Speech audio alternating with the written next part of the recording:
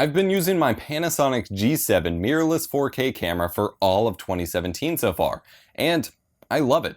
I had a lot of praise to say about it in my full review, which you can watch via the link in the video description. But having used it for so long for some of my work, I've run into some serious limitations of it that now have me looking for a proper non-DSLR video camera for my A-cam.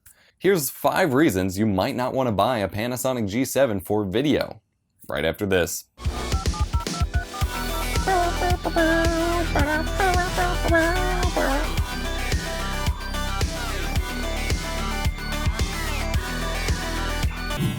Are you tired of your streams or voice chats sounding like this? Do you want the comfort and quality of high-end headphones without sacrificing microphone quality?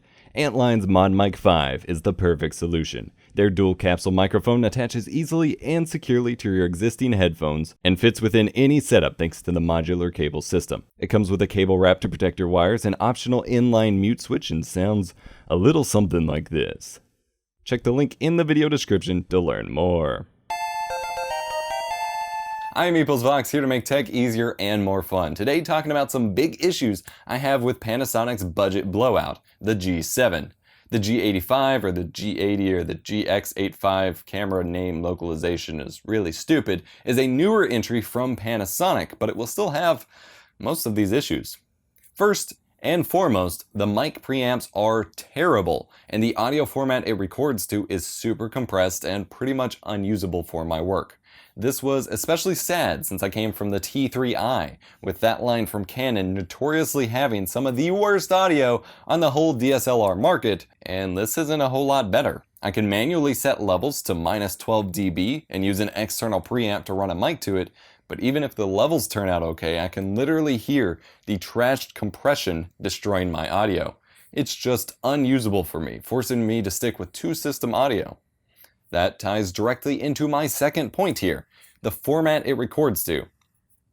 As one of those artificial separation rules to keep the G7 a downgrade from the GH4, the G7 records to an MP4 format that has to start a new file every 4 gigabytes. Thankfully, up until you hit the 30-minute limit, it starts and stops recording on its own. But there are a few dropped frames between that process. Usually 1 or 2, and every once in a while it doesn't drop any. But usually there are 2 frames separating the stop of file 1 and the start of file 2. That means that when I sync my footage externally with my recorded audio, there are gaps in the files. I have to go in and add markers to the timeline and make sure I cover these up with B-roll or a flicker of black screen is present to the viewer. This has been incredibly frustrating for my A-roll shooting.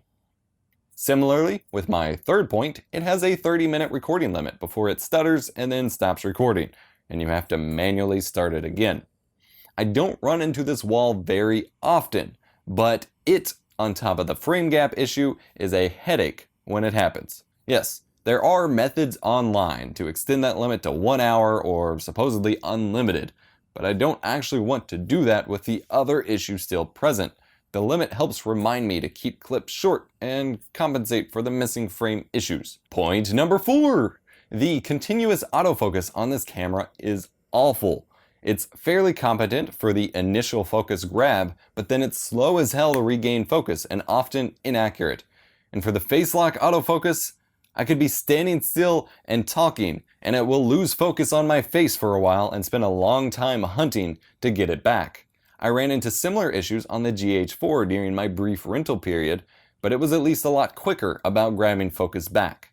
I don't use autofocus a ton, mainly because my T3i didn't even have continuous autofocus, and this one's sucks. But when you're constantly solo recording yourself, it would be really freaking handy to have. The first 4 points are why I'm saving up for a beefy, dedicated A-cam setup. I need something that I can just set up as my A-cam and leave alone, and that has solid mic preamps with XLR, non-limited recording, and solid autofocus. Currently, I'm looking at the C100 body with the dual pixel AF upgrade, as that seems to be the cheapest option without sacrificing image quality, but we'll see. The $500 on the G7 was a big enough investment for me. $2,000 is a bit off the table right now. Lastly, we have a potential quality control issue. I'm still having issues with the main mode dial, as I mentioned in my review.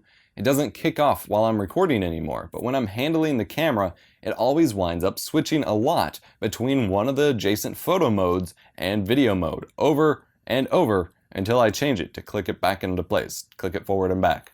And even then, the issue can come back quickly. Sometimes when I turn it on, it will say mode dial in incorrect position too. Very annoying.